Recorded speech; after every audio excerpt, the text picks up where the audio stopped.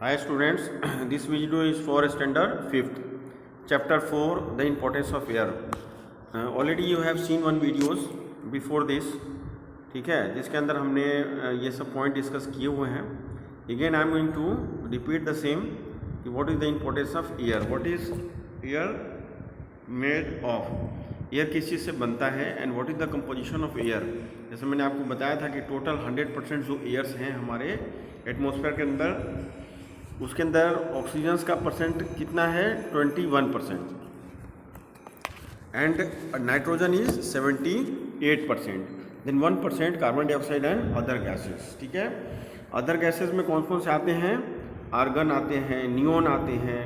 ठीक है, तो बहुत सारे ये गैसेज आते हैं.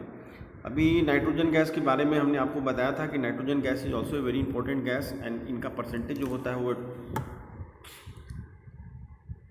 इनका परसेंटेज एटमॉस्फेयर के अंदर 78% होता है. And this gas is being produced by plant root and other factors also. So fixation के बारे में हमने स्टडी किया था. फिर most nitrogen fixation is done by particles type of bacteria. अब देखो ये डायग्राम है, this you have to prepare in fair book. ये डायग्राम के अंदर देखो नाइट्रोजन फिक्सेशन के बारे में बताया गया है, जो मैंने आपको ऑलरेडी बोर्ड पे बताया था. Again I am going to show you the process of this. तो सबसे पहले आपको समझना है कि नाइट्रोजन फिक्सेशन अंदर क्या होता है कि एक प्लांट होता है और प्लांट के अंदर क्या होता है, रूट होता है. तो जब कभी भी किसी छोटे प्लांट को, बड़े प्लांट को तो आप ऑब्जर्व नहीं कर पाओगे, किसी छोटे से प्लांट को नियर योर हाउस, तो उस प्लांट को you remove it from the ground और उसको फिर आप वाटर के अंदर क्लीन कर लो. फिर आप देखो ध्यान से, उसके अंदर इस टाइप के रूट्स होते हैं. ठीक है, तो ये जो रूट्स होते हैं इनका काम होता है they produce nitrogen gases in a large quantity. तो नाइट्रोजन गैसेस का प्रोडक्शन जो है बहुत सारी चीज़ों से होता है. ठीक है, बट प्लांट का भी एक इम्पॉर्टेंट रोल है जो कि नाइट्रोजन गैस को प्रोड्यूस करता है. ठीक है, अब इसमें क्या होता है कि आप देखो इसके अंदर एरो बना हुआ है, the bacteria in the root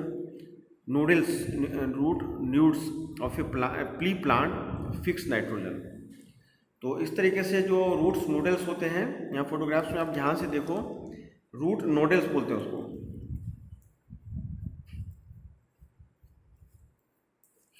ठीक है, root nodules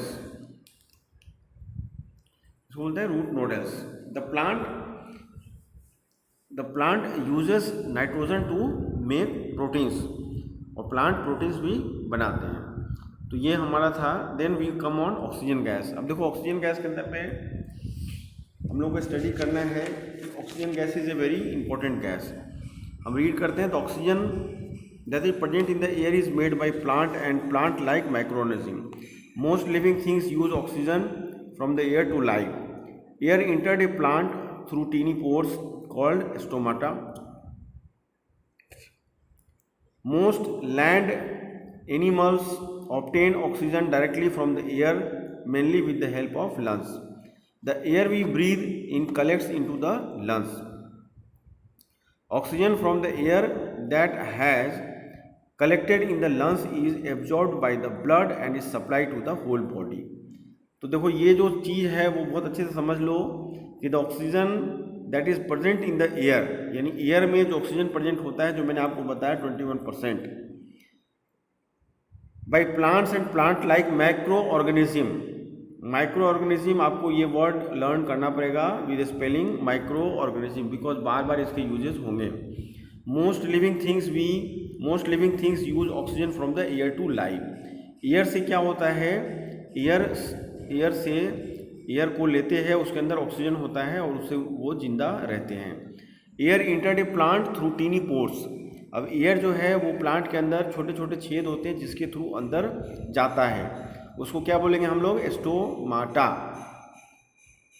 most land animals obtain oxygen directly from the air, mainly with the help of lungs. और जितने भी प्लांट होते हैं, यानी मोस्ट ऑफ प्लांट, ठीक है, मोस्ट ऑफ प्लांट उनका तो आपको समझ में आ गया कि स्टोमाटा से होते हैं. और मोस्ट ऑफ जो एनिमल्स होते हैं, लैंड एनिमल की बात हो रही है, ठीक है, ये लोग क्या करते हैं, लंग्स के थ्रू एयर लेते हैं. The air we breathe in collect into the lungs. Oxygen from the air that has collected in the lungs is obtained by the blood. ठीक है, ये ब्लड से ऑब्टेन्ड होता है and is supply to the whole body. यानी जब आप oxygen लेते हो तो it goes to your heart, right, आपके चेस्ट में जाता है और वहाँ से it goes to the blood, और ब्लड क्या करता है, इस ऑक्सीजन को पूरे बॉडी के अंदर सप्लाई करता है। Fish, crabs, shellfish and many other animals that live in water take in oxygen that is dissolve in water. अब जैसे फिश है, क्रैब्स है, सेलफिश है, ठीक है, and many others animal that live in water take in oxygen that is dissolve in water. ये लोग क्या करते हैं, जो वाटर के अंदर ऑक्सीजन डिजॉल्व होता है, यानी वाटर का फॉर्मूला मैंने आपको पहले बताया था H2O, जिसमें कि 2 हाइड्रोजन होते हैं और एक ऑक्सीजन होता है मॉलिक्यूल। तो H2O जो है वो किसको बोलते हैं, वाटर को बोलते हैं। तो उसके अंदर जो ऑक्सीजन होता है, उस वाटर के अंदर जो ऑक्सीजन होता है उसको फिश, क्रैब, सेलफिश और जो दूसरे जानवर होते हैं, ठीक है, फ्रॉग ऑल्सो, जो भी एनिमल्स हैं those who go in the water, ठीक है, तो क्रोकोडाइल ऑल्सो, तो they are taking oxygen from water only, ठीक है। और कार्बन डाइऑक्साइड गैस के बारे में हम स्टडी करते हैं और यहाँ पे कैचअप है, मैंने ऑलरेडी लाइव क्लासेस में आपको कैचअप का बताया था। Now again I am going to read this. What do plants add to air, ठीक है, what do plants add to air, क्या होगा, oxygen. Which living things produce carbon dioxide add to the air, animals, ठीक है। How does oxygen get added to air, during photosynthesis plants give out oxygen. Photosynthesis already आपने study किया हुआ है। अब देखो, living things including plants produce carbon dioxide during the process of respiration. अब ये आपको लर्न करना पड़ेगा। अगर पूछा जाता है कि व्हाट इज रेस्पिरेशन, तो आपको लिखना है living things including plants produce carbon dioxide during the process of respiration. Plants use carbon dioxide, water and sunlight to make food. The air we breathe out contain more carbon dioxide. Carbon dioxide is also produce when things burn, ठीक है। Carbon dioxide कब produce होता है, जब कोई भी चीज़ को जलाया जाता है, ठीक है। वाटर वेपर, वाटर वेपर क्या है वो हम देखते हैं। Water vapour is the gaseous form of water. जैसे घर में चाय बनता है, उसके ऊपर एक बर्तन रखा होता है, तो गर्म होने के बाद क्या होता है, आप देखोगे जब चाय के ऊपर का जो बर्तन है, जो यूटेंसिल्स है, उसको आप ऐसे करोगे तो will see that lot of water drops will be there. तो वो कैसे बनता है, वेपर, उसको क्या बोलेंगे हम, वेपर से ये वाटर वेपर बन रहा है। तो water vapour is the gaseous form of water, ठीक है। जैसे फ्रिज आप खोलोगे तो आपको बहुत सारा धुआं धुआं दिखेगा, दैट इज वेपर। आइस का जो आपका होता है ना, आइस का, तो खोलोगे धुआं धुआं दिखेगा। तो that smoke use to be converted in water drops. In nature water from ponds, lake, river and oceans evaporate to form water vapour. Water evaporate fastest to warm sunny day and when it is windy.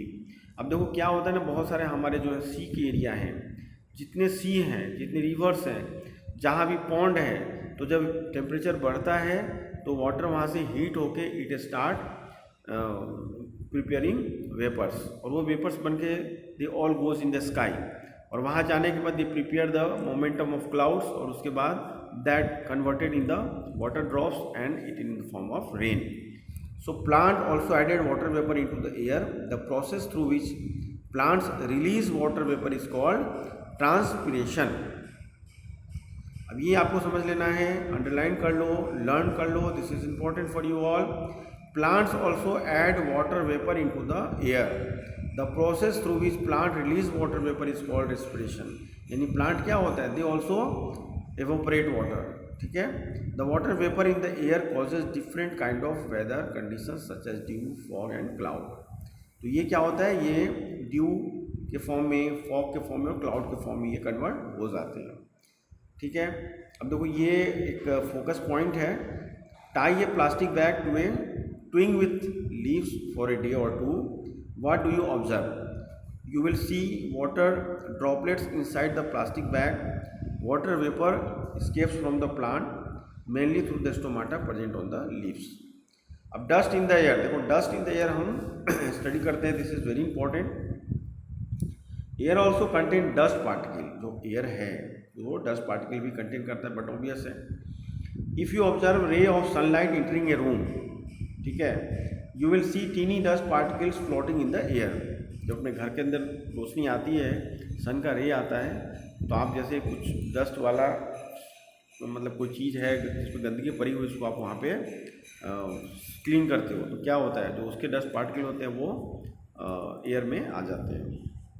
Air contains particles matter such as dust, pollen and fibre. It can also have as coal, oil, petrol and diesel particles from the industry and automobile. Microorganism. अब देखो microorganism क्या है. The air around us carries a wide variety of microorganisms such as bacteria, fungi and viruses. अब देखो some of the microorganisms present in the air are useful while some are harmful and cause diseases. Air and weather conditions. अब देखो air और weather conditions के ऊपर भी depend करता है कि हमारा क्लाइमेट कैसे वर्क करेगा. The air around us is responsible for weather condition. हमारे आसपास जो वेदर कंडीशन होता है, यानी कभी ठंड होता है, कभी गर्मी लगती है, तो इस तरीके का जो वेदर कंडीशंस होता है वो क्यों होता है? Because of air. हमारा एयर डस्ट वाला है या हमारे एयर में पॉल्यूशंस है, तो because of this our weather used to be affected. तो weather is actually what happen in the air around us. अब देखो यहाँ पे कुछ फोटोग्राफ्स हैं which you can see it. पहला फोटोग्राफ्स है कि precipitation, हम क्या पढ़ेंगे? Precipitation occurs in the form of rain when the air around us in warm. जब हमारे आसपास में क्या होता है, एयर गर्म हो जाता है, ठीक है, तो उस समय क्या होता है, रेन स्टार्ट होता है.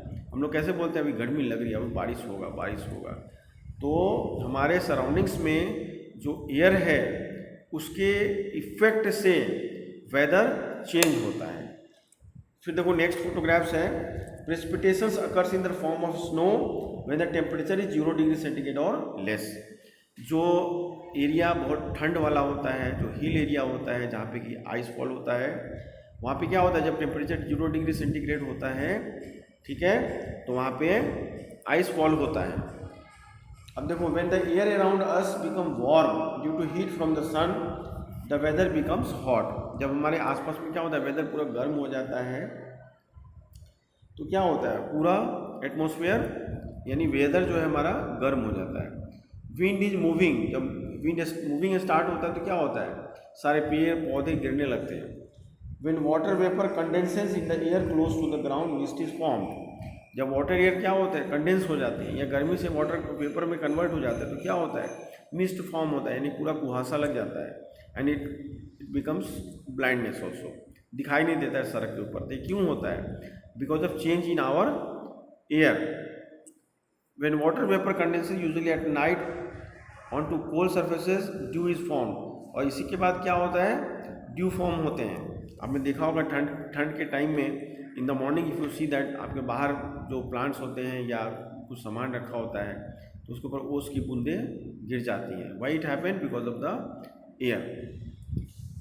अब देखो यूजेस क्या है हमारे एयर के. Because our chapter name is what, importance of air. तभी हम यूजेस ऑफ एयर देखते हैं. Air spreads heat. सबसे पहला काम क्या करता है एयर, वो हीट को स्प्रेड करता है. कैसे स्प्रेड करता है? Let us see. Heat from the sun reaches to the earth. Heat क्या होता है, सन से अर्थ की तरफ आता है. The gases in the air absorb heat. जो गैसेज होते हैं हमारे एटमॉस्फेयर के अंदर, वो हीट को एब्जॉर्ब करते हैं and spread it over the earth, और वो अर्थ के ऊपर पूरा फैल जाते हैं. This keeps the earth warm. इससे क्या होता है, हमारा अर्थ गर्म हो जाता है. It does not allow the region on the earth that receive less heat to become absolutely cold or the regions that receive more heat to become excessively hot. इस वजह से क्या होता है, हमारा एटमॉस्फेयर पूरा गर्म हो जाता है. Ozone layer. ओजोन लेयर में क्या होता है, देखो, besides the normal light, the sun also produces ultraviolet rays which are harmful to all kind of living things. A thin layer of ozone gas situated in the upper region of the atmosphere absorbs the ultraviolet rays and thereby protects all kind of living things. अब ये ozone layer है, आपको ये समझना होगा कि besides the normal light, जो हमारा नॉर्मल लाइट आता है, the sun also produce ultraviolet raise.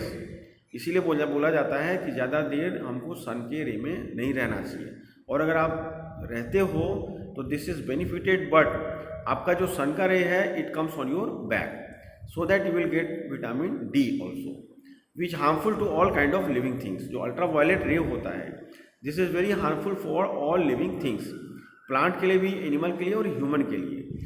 Ultra violet रे, ए thin layer of ozone gas situated in the upper region of the atmosphere absorb the ultraviolet rays and thereby protect all kind of living animals।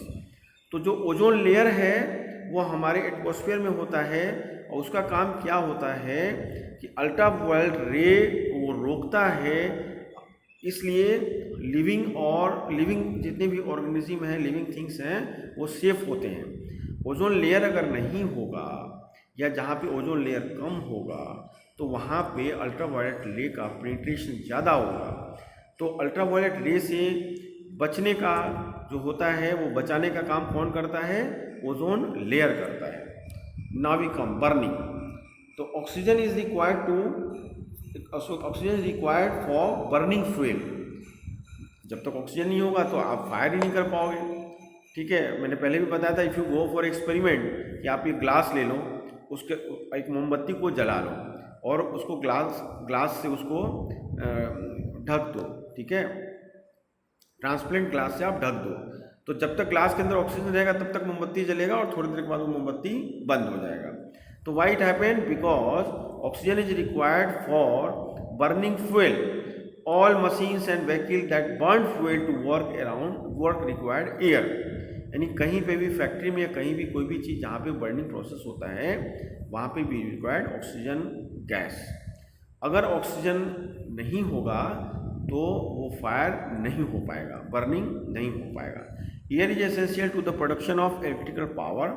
Most power plants generate electricity by burning कोल।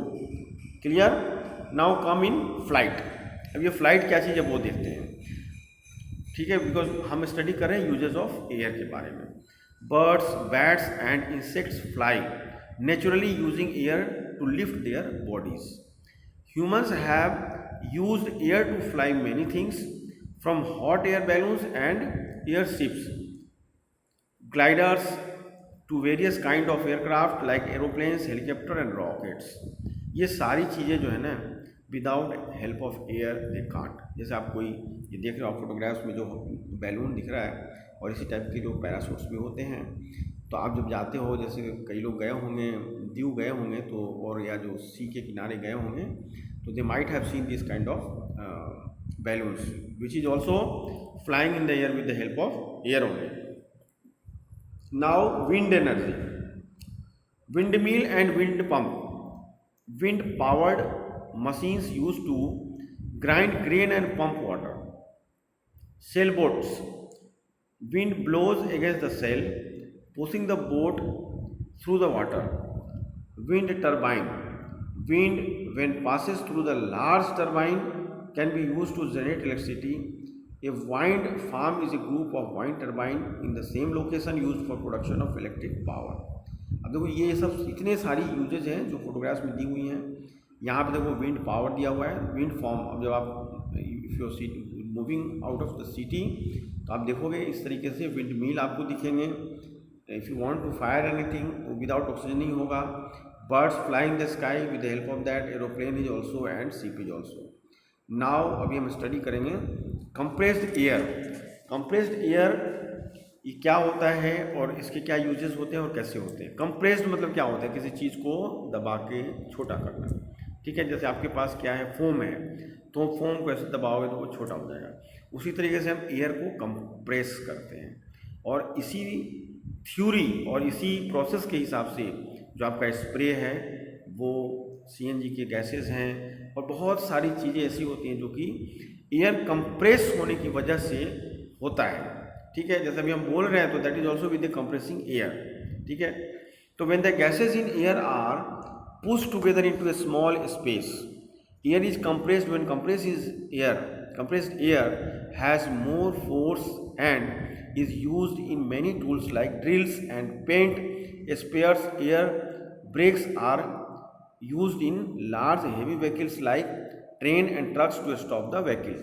आप जिसको बोलते हो आपके पास जो car होता है तो that is what, it is a power brake. तो ये पावर ब्रेक जो वर्क करता है वो कंप्रेस एयर के ऊपर वर्क करता है। Wind musical instrument like flute and saxophone use air to produce sound. अब ये हेक्सोफोन होता है, आपने इंस्ट्रूमेंट देखा होगा, ऐसे ऐसे बजाते हैं। फ्लूइड बांसुरी आपने देखा होगा, तो ये बांसुरी जब आप बजाते हो तो क्या होता है, आप एयर को अंदर ब्लो करते हो और उसके होल के ऊपर आप you are putting like this, तो अलग अलग आवाज़ें आती हैं। ठीक है, you can experiment it. Seed dispersal. अब सीड डिस्पर्सल क्या होता है आपने पढ़ा होगा, जैसे प्लांटेशन होता है तो एयर के मूवमेंट से ही जो एक प्लांट है वो दूसरे जगह चला जाता है। ठीक है, अब एयर पोल्यूशन के बारे में देखते हैं, which is very important and we have to try not to pollute our air. Most air pollutants are formed during the burning process. The increasing use of fossil fuel like coal, petrol and diesel in industry and transportation has led to increase in air pollution. In India, burning of firewood, dung cake and agriculture waste leads to air pollution. आप सबको पता है कि air कैसे pollute होता है in the rural area. अब rural area में क्या होता है, कोई पेड़ सूखा हुआ है जलाते हैं, खाना बनाते हैं उसमें जलाते हैं, तो बहुत सारे चीज़ों में क्या होता है कार्बन डाइऑक्साइड निकलता है। फैक्ट्री जब चलती है तो फैक्ट्री में क्या होता है, you will see that in huge quantity बहुत सारे CO2 निकलते हैं, नाइट्रोजन्स निकलते हैं। तो बिकॉज ऑफ दिस क्या होता है, मैंने आपको बताया था कि एयर के अंदर परसेंटेज जो है वो फिक्स होना चाहिए। थोड़ा बहुत डिविएशन इट्स ओके, कि अगर नाइट्रोजन 78 है 79 होगा या 76 होगा तो इट्स ओके। बट क्या होगा अगर ये बहुत ज़्यादा होगा और कम होगा तो देयर विल बी चांसेस कि लिविंग ऑर्गेनिज्म और लिविंग थिंग्स के ऊपर इफेक्ट आएगा। Because living things it depend on air, और एयर के अंदर जो सारे गैसेस होते हैं उसके कंपोजिशन के ऊपर ही हमारा पूरा एटमॉस्फेयर होता है, उसके ऊपर ही जितने भी लिविंग बींग्स हैं वो सर्वाइव करते हैं। So this is very important, we should try not to pollute the air. The best way to protect air quality is to reduce releasing of pollutant into the atmosphere by changing to clean fuel like compressed natural gases and industrial gases. जैसे क्या होता है, आप if you go to a city तो वहाँ देखोगे जो auto rickshaw चलते हैं तो दे आर यूजिंग केरोसिन, तो उससे क्या होता है, there will be more and more pollution will be there. तो now it is the government is trying to convert auto rickshaw in battery के रिक्शा आ गए, प्लस इलेक्ट्रिक रिक्शा आ गए। ठीक है, सोलार से बहुत सारे इंस्ट्रूमेंट अभी यूज़ हो रहे हैं। तो this kind of approach we have to do. ठीक है, कि इलेक्ट्रिक अगर हम गाड़ी चलाते हैं तो we are saving our atmosphere, because nowadays the pollution used to be very high and we need to protect our air. अब देखो मैच द फॉलोइंग है, मैंने ऑलरेडी किया हुआ है। नाइट्रोजन के सामने बैक्टीरिया होगा, वाटर वेपर के सामने वेदर होगा, पर्टिकुलेट मैटर के सामने D होगा और ओजोन के सामने A होगा, ऑक्सीजन के सामने अल्ट्रावायलेट, ओजोन के सामने अल्ट्रावायलेट होगा और ऑक्सीजन के सामने बर्निंग होगा। बट आपको क्या करना है, मैच द पेयर जब कभी फेयर बुक में बनाओगे तो जैसे नाइट्रोजन है तो उसके बिल्कुल सामने आपको लिखना है बैक्टीरिया। हमारे जैसे मैंने किया है ऐसे आपको वैसे से नहीं बनाना है। ठीक है, जिससे क्या है आपका लर्निंग प्रोसेस स्मूथ हो। ठीक है, तो we have completed this chapter. सारे टॉपिक्स हमने इसमें कवर कर लिए। एयर पोल्यूशन है ना, flight, burning, oxygen, ozone layer which is very important, air splits हैं, और पहले भी मैंने आपको बहुत सारे टॉपिक्स ऑलरेडी कवर कर लिए थे। तो with 2 videos we have completed the importance of air. Hope you all understand.